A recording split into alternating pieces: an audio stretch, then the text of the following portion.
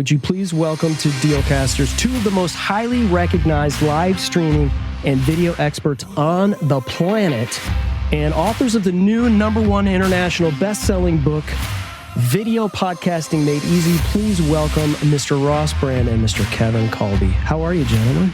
Fantastic.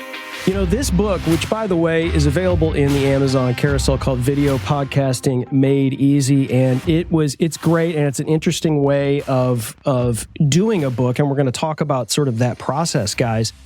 But Ross, what I really liked about it, and maybe you could start us off, and Kevin, just pick up the crumbs that Ross has left you here, but the mindset, like a lot of people get into podcasting, audio and or video, and they get caught up in the mind junk of all the gear. But there's just so much about the mindset of, you're on mute when you first start a video, like you said, or, mistakes happen with live video. And you being someone that has had such a history in live video, talk about the mindset for someone who's getting into video, maybe live and or recorded. Yeah, you can't take any moment too seriously. I mean, when you're doing live, and this goes whether it's live radio, it's live TV, the show's got to go on. So whether you do the greatest thing in the world or the worst thing in the world, there's a lot more show left. And if there isn't, there'll be another show. So you got to just kind of keep pushing on. Little mistakes and things are going to happen when you're live for 15 minutes, for 5 minutes, or, particularly if you're going live for 45 minutes to an hour or beyond. So you have to accept that. Don't make a big deal out of it. If you can laugh at yourself a little bit, that's okay. Or you just kind of ignore it, or you apologize and move on. It all depends on the circumstance. But the worst thing you can do is feel bad about it and then take away that positive energy that you'd otherwise be sharing with the audience. I love that. Kevin, what do you think about what Ross had to say and sort of because I know you have different perspectives as well that you talk about in the book with the mindset of a creator.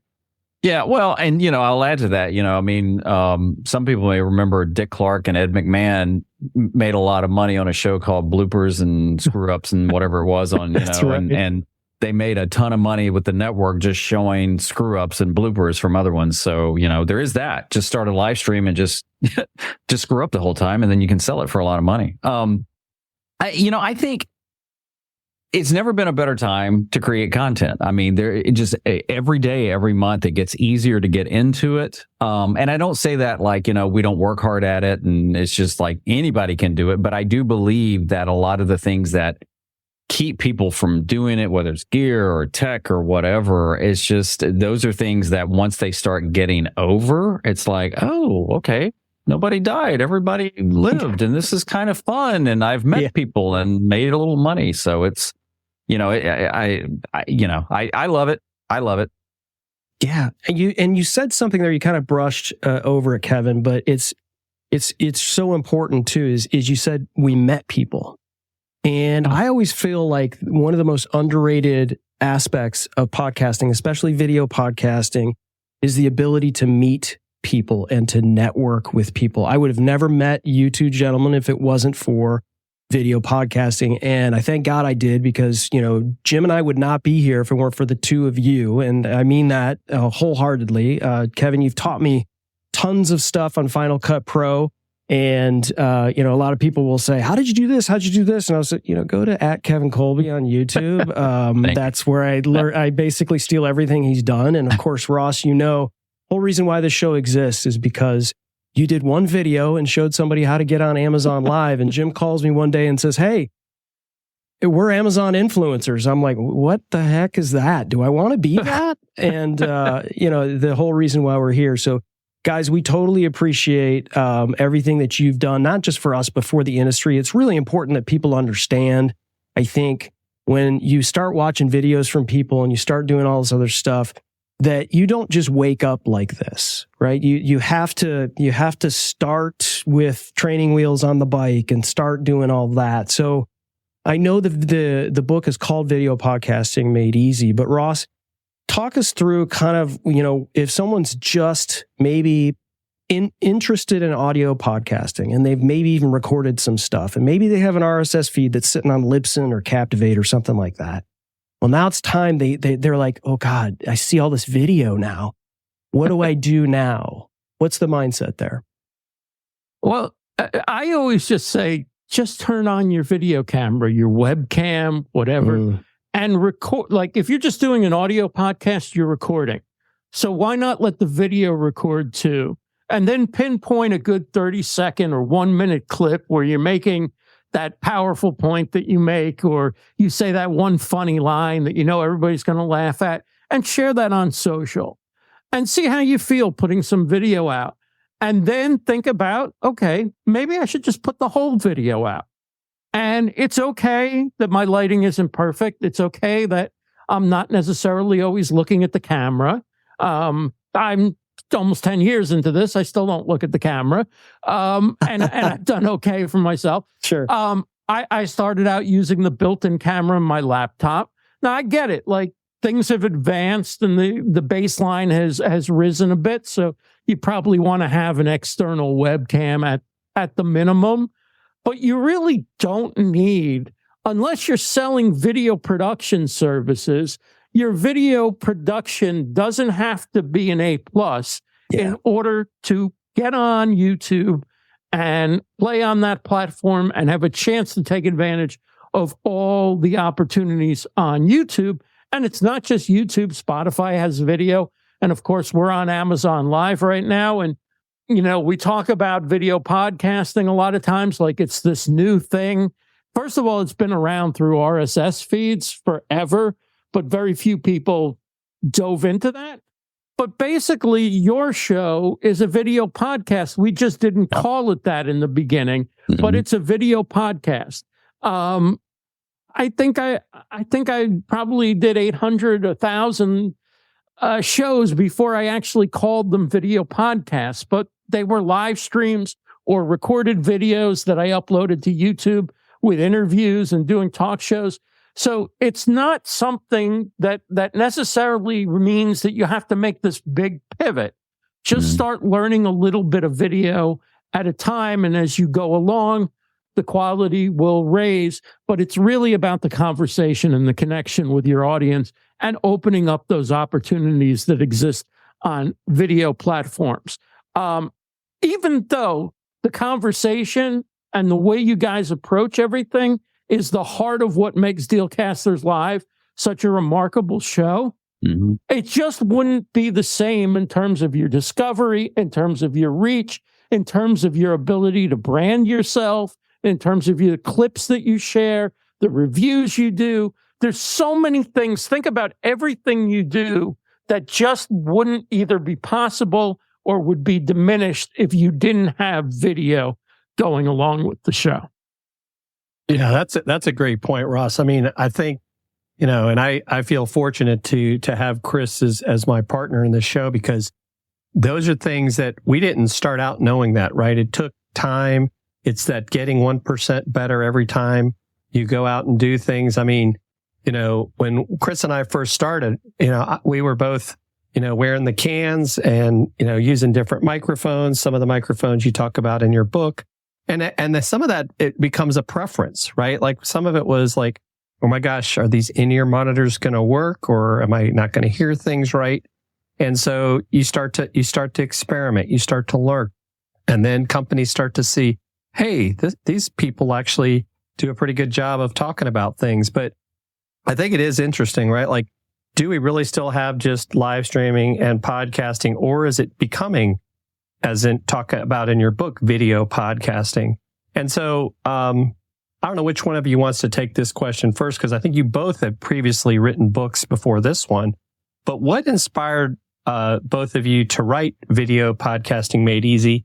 And how did you come up with the approach of recording your conversations? So I can jump into this history, and then Ross, he can segue into to how we did it this way. So my first book was Live Streaming Made Easy. I love this Made Easy track. And Ross had me on his show, And he asked me live on the air, you think you're going to write another book? And I said, yeah, I think so. And he said, do you know what it's going to be about? And I said, yeah, I think I want to do something about video podcasting. And this goes back to sometime late last year, because the last book came out, ironically, about the same time this one did in August. Off air, he said, hey, just got an idea. Would you want to write it together? And I'm like, I hadn't thought about that, but yeah, that sounds pretty fun. And then from there, we just, it took us a little bit to kind of get the schedules going. And then it's like, at the same time, I didn't think we knew how we might want to do it, but I didn't think neither one of us, I think we wanted to work together and write it together, but it's like neither one of us was fired up about, okay, let me write some and send it to you and you read it and send it back and stuff like that. Because I was saying the other day, and Ross didn't know this, but I wasn't going to read anything he sent me. I was going to say, yeah, it's good, because I trusted him. And then Ross's idea is what to me was the genius idea of actually how we did the book. So I'll yield my part of the floor now to the gentleman from New York. So, thank you, my good friend from the great state of North Carolina, colleague. Yes. Okay. So I thought, what if we did this as a video podcast? Essentially, what if we got on mics, on cameras, and, we had a little outline, but nothing too detailed, but just something to follow along, an idea what the chapters would be about, and then just had a conversation as we're walking through the steps of video podcasting and see how that turns out. And if we've got the content for a book, and if it would read well in conversational style, where each, Ross Brand, this is a video podcast. Kevin Kolbe, yes, it is. Ross Brand. So what do you think? Would that work, or would that be too difficult for a reader to get through? And what we did was we took what we had, we put it through AI to kind of filter out the things that either weren't suitable for the narrative or just, didn't work for what we were trying to do, clean up the grammar and such. And then we looked at it and we said, yeah, this really does work as a conversation. Yeah. I think we captured what we were intending to get across, and it feels like a conversation. And, nobody's really done a book like this. So what the heck? Let's try it this way. Yeah. And, maybe the video podcast style of writing a book will be something. I think there were only really two areas of the book that we actually wrote like a traditional author would be. And that is Kevin wrote a foreword, and then I wrote an afterword. And those two, I think we each sat down on our keyboard and we typed out like a normal chapter in a book. But the rest of it was all in conversation, and then shaping it a little bit in terms of, tightening it up and cleaning it up so that things were precise and made sense. But I don't think reading this book is a lot different than if you had listened in for a certain amount of time on our conversation. And I'm going to yield the floor back to my the fine gentleman from North Carolina. Well, I want to add something to that too. And I think, we didn't want to interview each other. I mean, I've had him on my channel and I've been on his many times, but we weren't going to interview each other. We wanted to talk about it. And so I think he nailed it. And hopefully it came across that way in the book. We think it did. It was a conversation we were having. And quite honestly, the recording of it, I think, was far more enjoyable than the editing of the text after. Because you were just and in fact, because we have everything.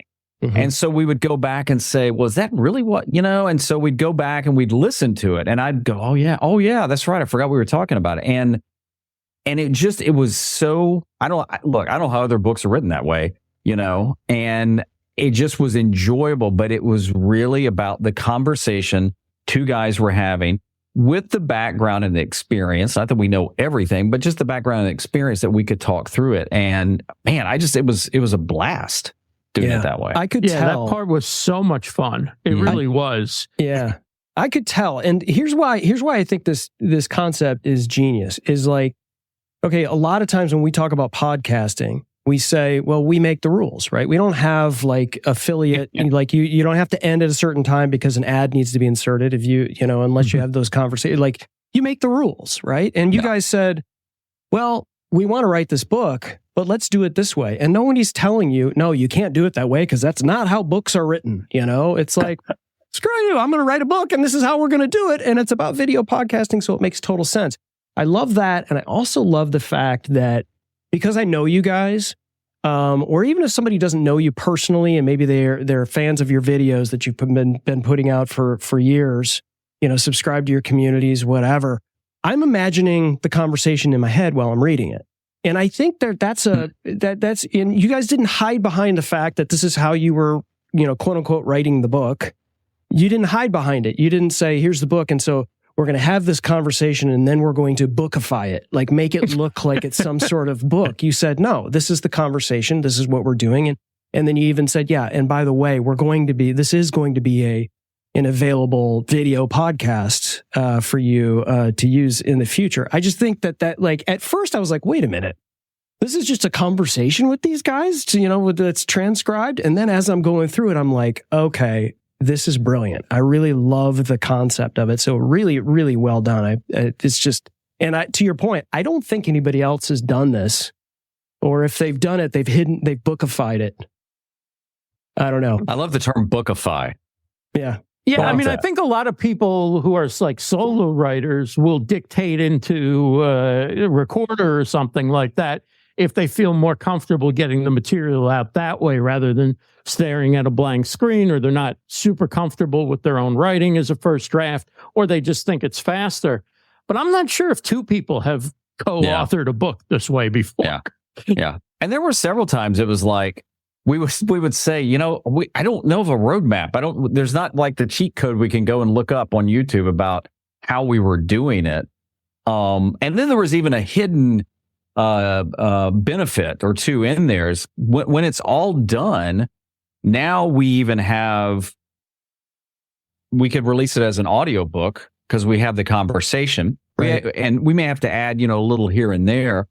And we could even release it as a YouTube channel or a web series or a course, because now we've done all that. We don't have to go back, even if we just need to re-record an intro or something like that. It's not like we're trying to go back through the whole book and going, okay, when we're in the hosting part, what the heck were we thinking about? We've got those videos. Yeah. And even if we needed to add to it, I would say maybe 5% new versus what we have. And even that will sound different and look different than it reads differently. So again, that was all Ross's idea for doing it that way.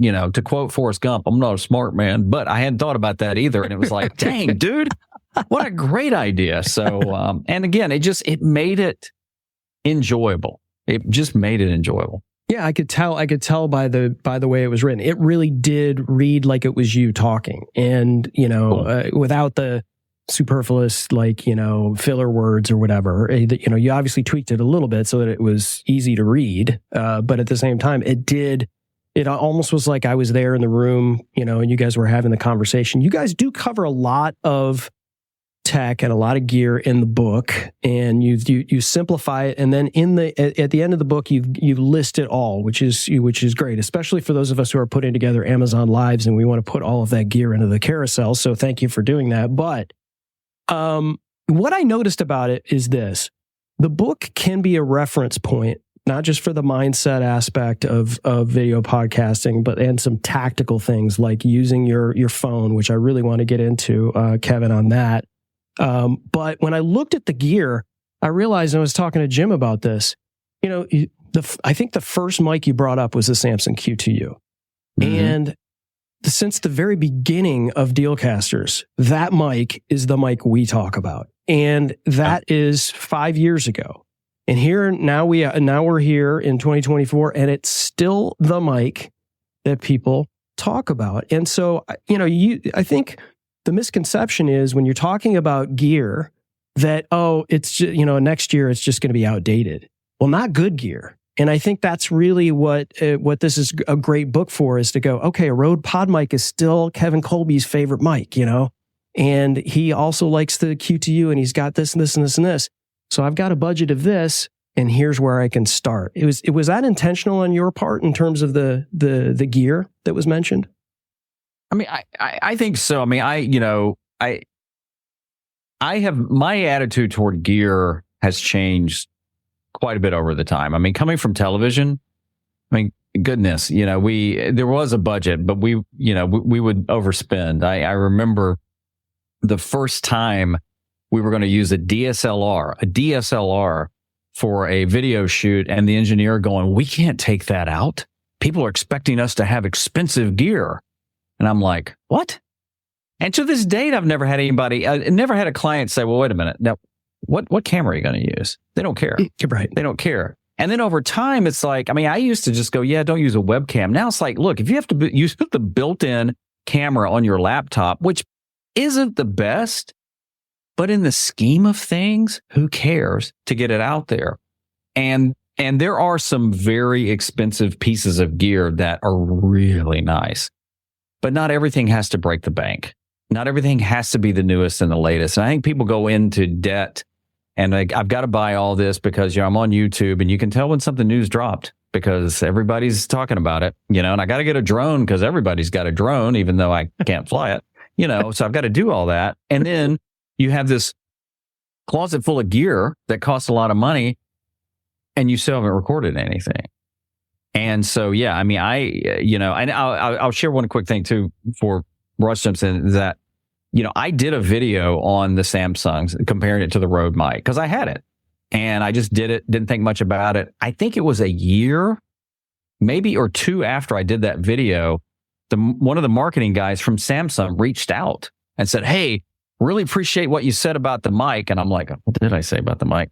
"And we want to send you a mic just for free. You can have it, play with it, do a video if you want. There's no guarantee." And since then, they've sent me 2 mics just based on that video that I talked about on a mic that's under $70 that is still solid just as much today as it was when it was released. So again, I throw that out saying you never know sometimes where it's going to go beyond just that video or that live stream or that podcast.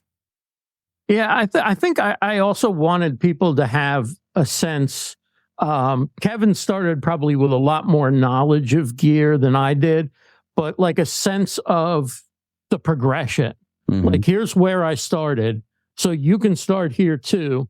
Here's where I went to. So if you're open to spending more, or you're ready to move up to the next level, let's give you sort of a cheat sheet so you don't have to look at every product under the sun.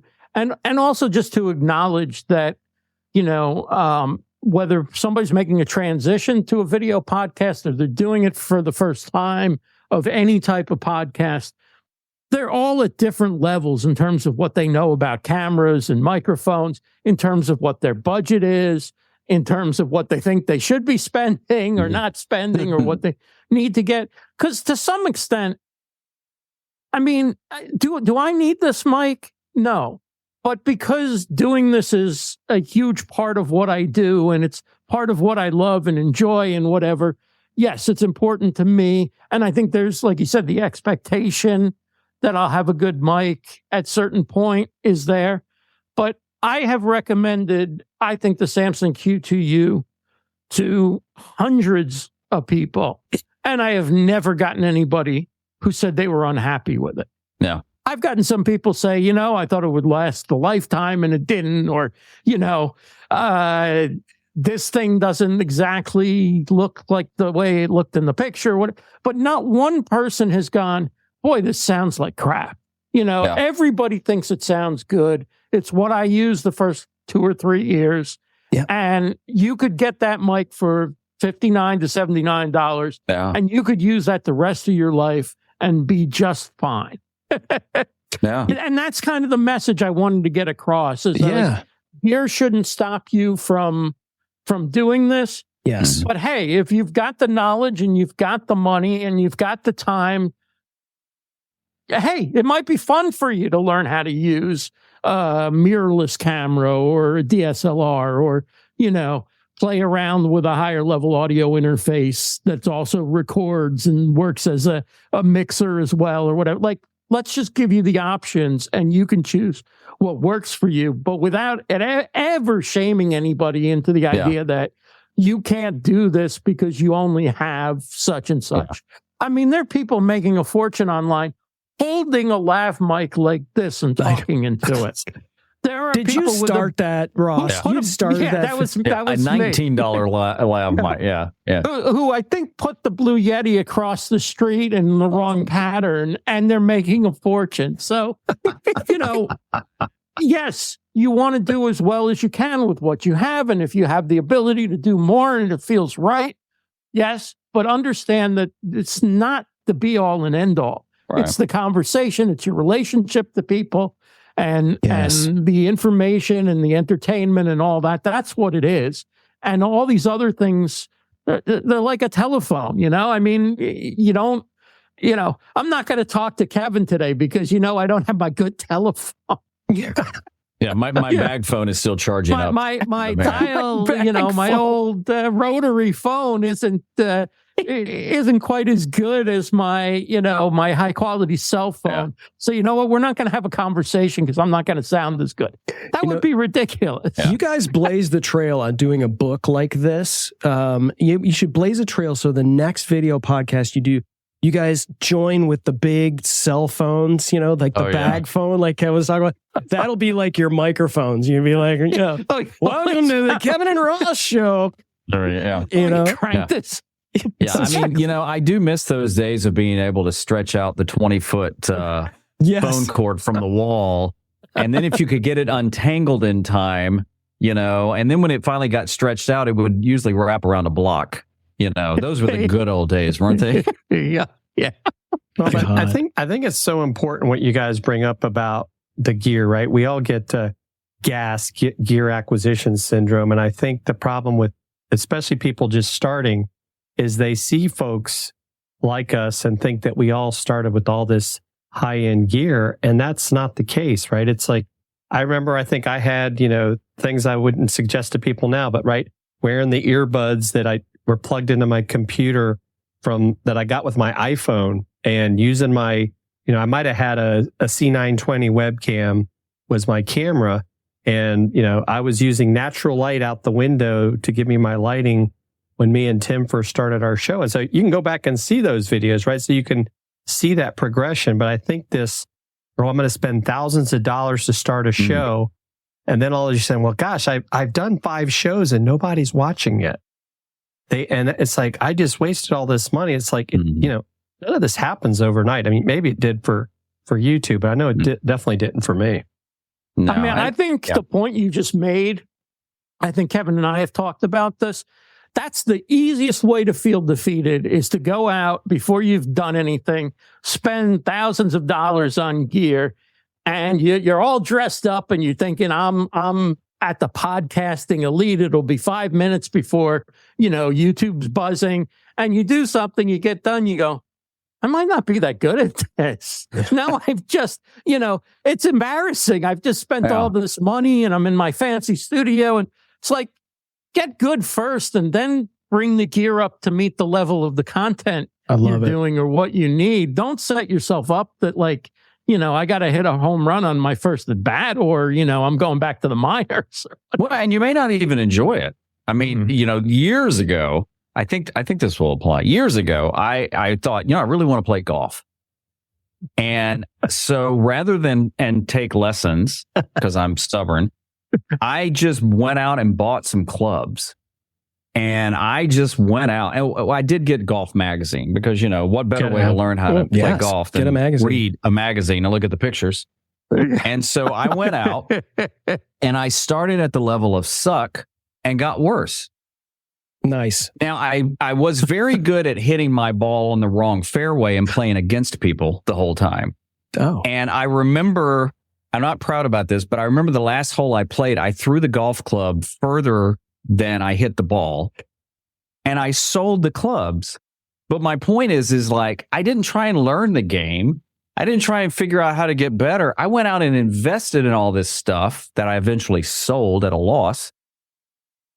And I never enjoyed it. Now, I could slay in putt-putt, but that's a different live stream. But yeah, it's like, use what you've got, get into it, start learning it, figure it out. You may even shift from like, wow, I don't really like interviewing people, but I like doing solo poetry or whatever it might be. And then go, wow, I can always ramp up gear as needed or whatever. It's the things that may help you discover your own talents and your gifts and your love for it before you just start dropping a lot of, money on something that maybe you don't even need to at some point anyway. But you've already spent $10,000 setting up a studio that's guest friendly. Oh, yeah. But, I got my 4 mics and my 4 chairs and 4 cameras. Oh, I'm not really very good at interviewing. But you know what? When I do a solo show, everybody seems to love it. Yeah. Hey, how quickly can I sell off this gear, the studio? Yeah, so much of it is developing your voice, putting in the reps. You don't go to the gym one day, come back shredded, and we're all testaments to that. Like it takes years. It's a long game. You want to be successful at this. You have to settle in and start realistically, like you guys talk about in this book. And for those of you who are watching and listening, the book is Video Podcasting Made Easy, and it's available on Amazon. And if you're watching and or listening, you can go to dealcasters.live, highlighted in the carousel. We have Ross Brand and Kevin Kolbe to reset the room here, so to speak. Kevin, you talk and you have a historical, like on YouTube, if you go to Kevin Kolbe on YouTube and you pull up all of his phone videos, a lot of what I've learned throughout the years is from you, Kevin, and Thank specifically for the phone. And I think a lot of people don't understand, they think they need even a HD webcam or a HD camera or DSLR or something that is going to spit out in 4K. Like, who wants to see these knuckleheads in 4K? Not me. But talk about using the phone because everyone has a smartphone, right? For the most part. Yeah. Listen, everybody's buying their 8-year-olds smartphones at this point. But talk about maybe some concepts of using the phone and how somebody might go, well, I didn't even know you could do that. Yeah. And by the way, if somebody's watching this and they don't have a phone, just use your kid's phone. So there you go.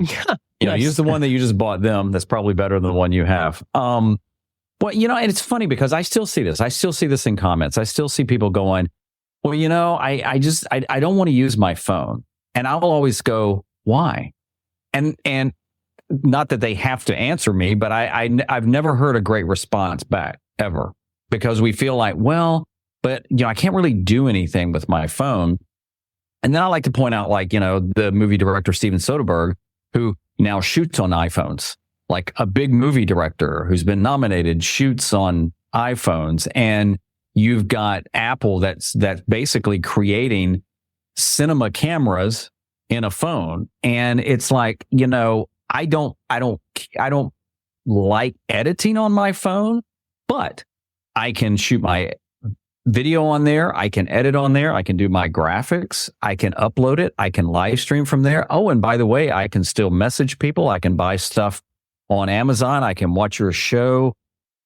There's really nothing. There's one other piece of gear I have that if I were starting today, if I were starting over today with nothing, the only pieces of gear I would use would be my iPhone, and I have an iPhone 13 Pro, 13, still works, and the DJI Osmo Pocket 3.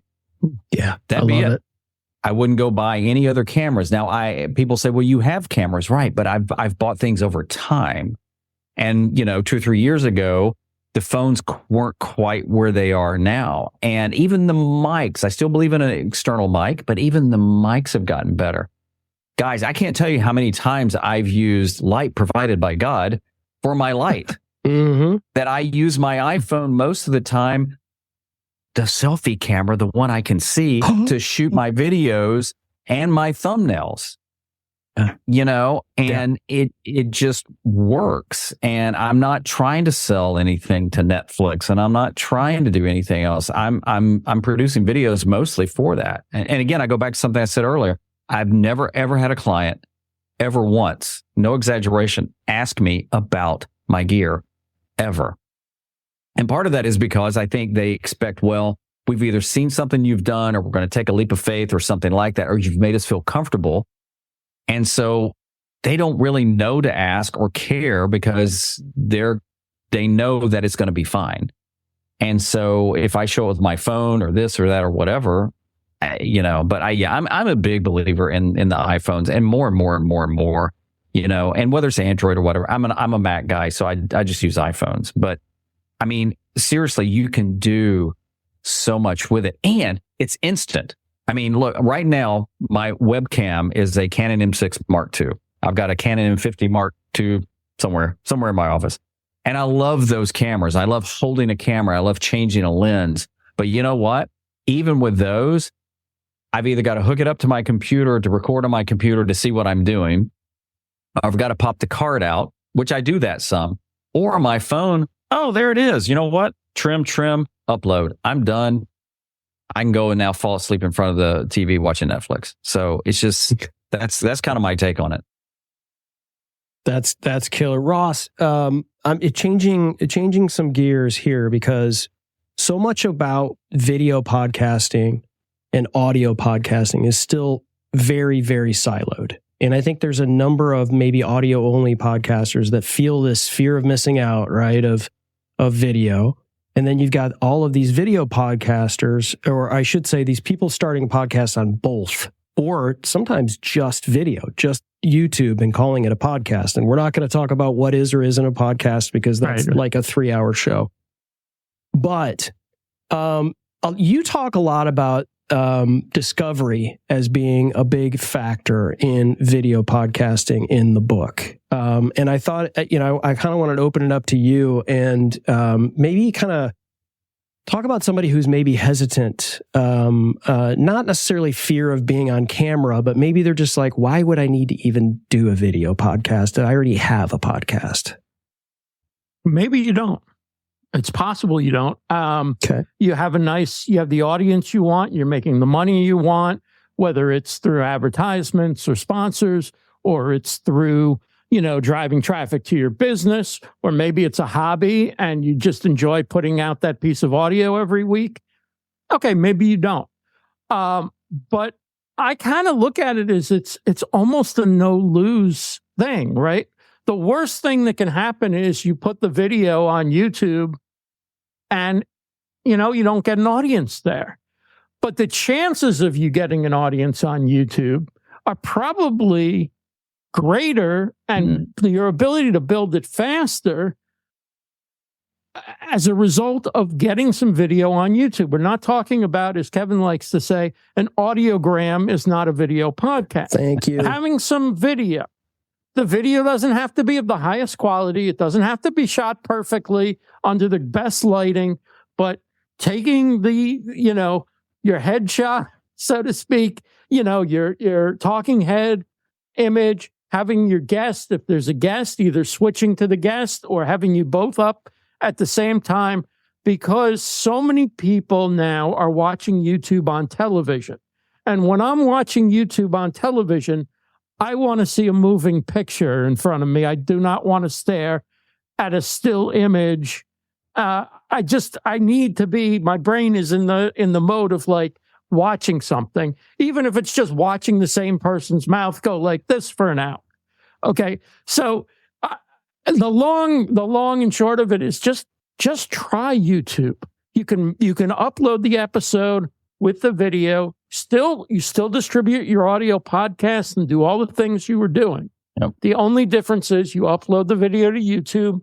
You create a 16:9 thumbnail to catch attention. You put a title on the thumbnail, maybe. You put maybe some words. That's even a debatable thing. You come up with a good title for the video, and then you put it in what's called a playlist, and you name that playlist a podcast.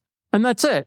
A podcast is really just another video playlist, but it tends to be one of talk shows versus, say, a playlist of how-to videos. Although there's no rule that says how-to videos can't be a podcast playlist as well. In fact, I take many of my how-to videos and I distribute them as an audio podcast because in most cases you can follow along, or they'll follow along until they need to see something, and then there's a link to the video.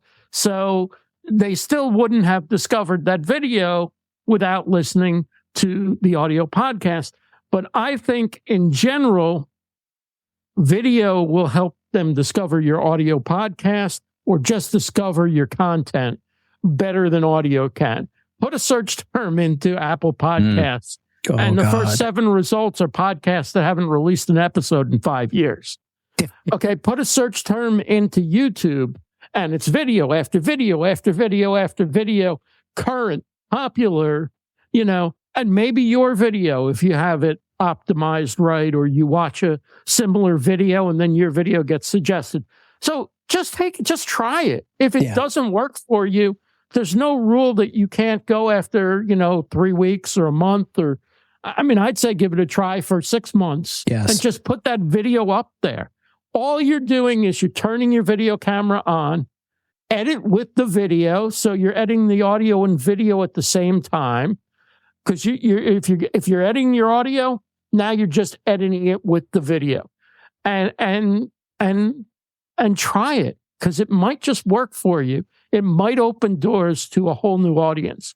And particularly if you're thinking that you might want to live stream, there are people who did audio podcasts who then went to YouTube to live stream, and they went from having almost no traction to having tens of thousands to hundreds of thousands of viewers, because it's a different audience that wants to interact with you. And there's the chat. And Kevin talks in the book about all the different features of YouTube that engage your audience and let them feel more connected to you versus listening to an audio podcast, which it isn't always easy to comment or reach out to the creator. And let me tack on one other thing too about what you're talking about YouTube. And it's not that I'm down on audio only podcasts. Every morning I get up on the treadmill and I'm listening to podcasts because I don't want to watch and try and walk. I can barely walk without doing anything. But one of the best things that YouTube did for creators, and if this catches flack, I apologize, was sunset Google Podcasts and roll it into YouTube Music. Because now that brings a whole new world to podcasters, and people are on YouTube because you can turn those playlists into podcasts that you wouldn't have gotten on Google Podcasts. And it's why now YouTube is like the number one destination for podcasting. It's a great point. Is because now you combine that. So again, you start it, you may not at some point want to keep doing the video podcasting format, which I think can be a lot of different things. But now if you're already on YouTube and you've established that and you're making some connections, it's like, oh, okay. And that, again, Amazon Live is great and these other platforms are great. But when you look at the power of that, that's money. Yeah, discoverability is just monstrous, and I think the other thing you got to realize, and Ross, you touched on this as well. It's like, well, when you are discovered, you got to make sure it's something that people want, right? And not a squiggly line over a graphic like we talk about. And so I'll open this up to both of you, because I'm curious to go down this rabbit hole a little bit. How important is it? I understand we want someone that is a new video podcaster to not get like bogged down by all the stuff. You got to do it. You got to plow and get the camera going, get the mic going, and at least get some content up there. I get it. But once you've established that you've got yourself a YouTube channel and you're putting your podcast content on YouTube, and I guess for Spotify if you want to put video there, but it's really small in terms of viewership. But creating content on your YouTube channel with your video podcast that isn't necessarily the entire episode. So like, for instance, when we get an episode, and this episode will be, repurposed forever, we take excerpts from it. We not just shorts, but also, an excerpt of when, Ross is talking about what he just talked about, discoverability. Kevin, when you're talking about the phone, like we're going to have segments, and those are going to be utilized in the proper platform. Because I feel like a lot of times people will take their podcast that they've created with audio and they've got the video and they're just making a Xerox copy of it and uploading it to YouTube. And it's really just kind of the same thing. Whereas like with Conan O'Brien, for example, Conan O'Brien Needs a Friend, the only way you can actually hear the entire episode is the audio podcast. On YouTube, it's just excerpts from that podcast. So it's the expectation, I guess, maybe for a YouTube viewer or a person that finds something on YouTube is not necessarily sitting down for an hour and watching a video like this. So if somebody's kind of further on down the line and they want to create something with their video podcast on YouTube, is it smart for them to think in the future about, okay, I want to, test it out with some shorts. I want to test it out with a 3-minute excerpt or a 5-minute excerpt. Or just let's get this thing going before you even think about it. Well, I don't know if we're going to agree on this or not. Okay. I kind of hope we don't.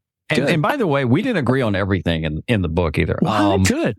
I would say that trying to go into short form to go to long form is the wrong way to do it. Okay. The belief that people don't watch long form on YouTube, it's kind of like one of those rumors that just won't die. There are mega long videos, that are talking head videos that do extremely well. It really comes down to the topic, the value. And I mean, like one of my favorites is micro. And I really, it takes me several days to get through it because I don't usually sit down for an hour and a half and watch something. But I may listen to it and then come and go. So if you have a 45-minute format, do that. And then from there, repurpose the parts and pieces. I think personally, this is my take. I think you're doing whoever. I think to try and go to YouTube to use pieces and parts to get you to somewhere else is misusing YouTube. You can do it, but it's also just like trying to go to Instagram so you can get people back to YouTube. People are on their platforms because they're on their platforms. So again, if you're going to do an hour and a half long, 2-hour long video podcast that's got guest or not, make it available to me as audio and video complete. Then you can still chop up parts of it. You could you could still have shorter, longer form clips if you wanted to, like what you were talking about. You could just do a whole clip about how we wrote the book. You could do a whole clip just on the phone. You could do a whole clip on Ross talking about mics. Those are different pieces of content that can still lead back to the longer conversation. And again, I go back to Mike Rowe, and I realize everybody has different ways of doing this. But if you listen to Mike Rowe's podcast and you watch it, the only difference between the audio and the video is the way he and Chuck, I think is his name, open the audio podcast. They set it up a little bit more for audio, and there's not the commercials, but you'll see the exact break point when they get into it. And I would say once they get into the interview, it's exactly the same interview. So I think I'm going to do just a little bit here and there and then test it out. And then I'll go long. I would say you're training your audience on this short, snackable stuff. And then all of a sudden it's like, whoa, it's an hour long. Go for it. And long form is alive and well on YouTube. Just because shorts became so dominant doesn't mean that long form took a back seat at all. That's my take. Ross, how about you? Well, Kevin's totally wrong. No, I actually agree with I actually agree with everything Kevin said.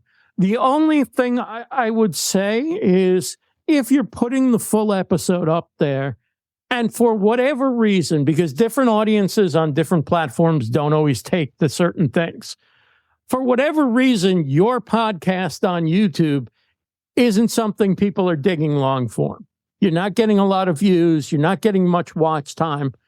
Then maybe you go, okay, what I'm going to do is I'm going to take the best segment, the best 3 to 5 minutes. I'm not big on shorts as being a winner anywhere outside of shorts. If you want to be great at shorts, do shorts. But as far as driving traffic, then you have to ask yourself the question, do I make those great 3-minute segments drive traffic to other YouTube videos of mine, or do I send them to the audio podcast? And you probably give a choice in your description. But I think don't use YouTube just to promote the audio podcast until you've proven that you can't succeed on YouTube as a YouTuber. You can't succeed by putting the full episode on, or then maybe you have a clips channel and the clips channel does great, and then you send people to listen to the full episode somewhere else, on Apple Podcasts, Spotify, or any of the 3,000 podcatchers that are out there. That's the only thing I would say. Otherwise I agree with Kevin 100%. What are your guys' thoughts? Because I think all of us have definitely seen the power of YouTube. But even like today, we're multi-streaming to multiple channels. But I also know, like our friend Doc Rock, he used to do a lot on Facebook. He's like, I'm done with Facebook because one, it's my friends and family, they don't really care. And so he kind of went in all on YouTube. What do you guys think? Do you think that there's a place like, say, on LinkedIn? Because I think we kind of hit on Instagram a little bit. It's like and maybe it's, our behavior based on our age. I'm not going to sit on Instagram and watch somebody talk for an hour on a live video. But to your point, I can watch YouTube on my television, and I might, I may not even watch it all, but I'll at least be listening to it in the background. And what are you guys' thoughts on that? Well, a year from now, I'm only going to care about the video on YouTube. Now, today, I'm not talking about this video, but I'm talking about if I do a live stream, I'm only going to care in the future of, is it on YouTube? How's it doing on YouTube? If I'm going to share it or embed it, it's likely to be from YouTube. But in the moment, there can be some advantages. There'll be some people that discover it on LinkedIn and chat on LinkedIn. Sometimes, I don't like putting it on Facebook because I feel like Facebook just really doesn't give you much of a chance to have much of an audience. But still, there are people who watch on Facebook, and I don't want to neglect them. I put it on X because, hey, one right person retweets you, and boom, that thing's taken off on X. But also just because X is like a kind of a search engine and the paper of record, so to speak, for digital media. So it's like nice to have it in your feed. But in long term, the only place people go to see your back catalog is YouTube. It's the only place people go to search for videos for the most part. I could be wrong on that, but that's my thinking on it, is that, multi-stream if you want to, don't multi-stream. But in the long term, you want to have that content on YouTube.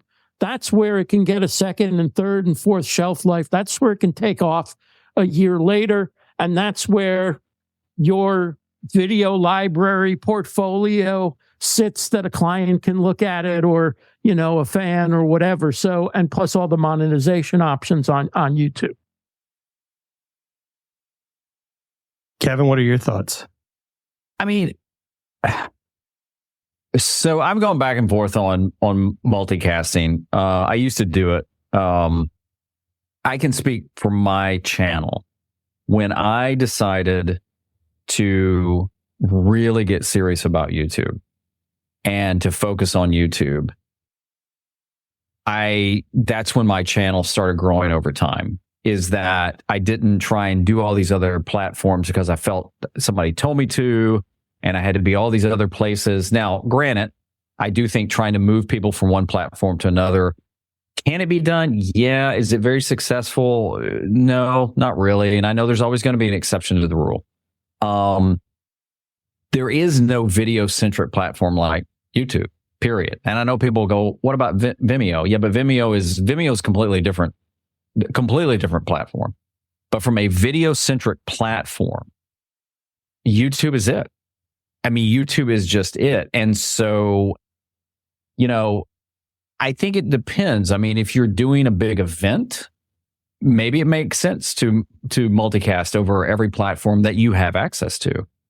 But like Ross said, a week later, if it's going to be found, it's going to be found on YouTube. It just is. I mean, I had people say to me, I published something on LinkedIn and I can't even find what I published. Yeah. And, oh yeah. And it's just the way it is. It doesn't mean the other platforms don't have their pros and cons. It's not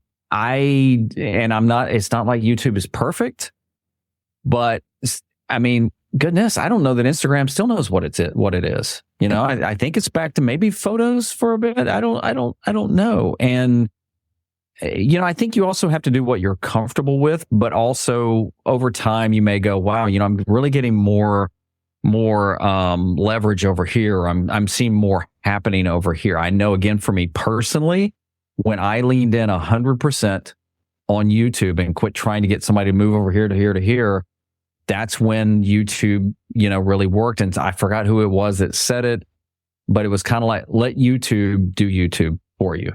Right. And it did, because YouTube is all about viewer satisfaction, even over the creator, therefore viewer satisfaction. Well, and you guys also talk about this in the book, Kevin, is that, there's a community you can build there. Right. And so you've done it on YouTube as well, is like, oh my gosh, this creator's answering me. I had a question and they're like, here, there, and we've done it on Dealcasters. Somebody's like, hey, does this do this with the flux capacitor included with the XLR or whatever? And you're just like, yes, it does. And here's what something else that might help you. And it's like, that took 2 minutes.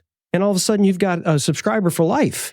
And the community aspect, I think, of this whole thing. And as if you're just an audio only podcaster, that's incredibly difficult to build on those platforms. You have to really go to other platforms in order to try to build that community. It's difficult. Yeah. Yeah. Well, guys, my camera is dying. Full disclosure, because this is live video, so you probably saw it go black here. This is what I get for not charging my battery properly, and that is not an excuse. I could do this all day. I really did want to touch on a few other things, but we'll have to have you guys back on and sure.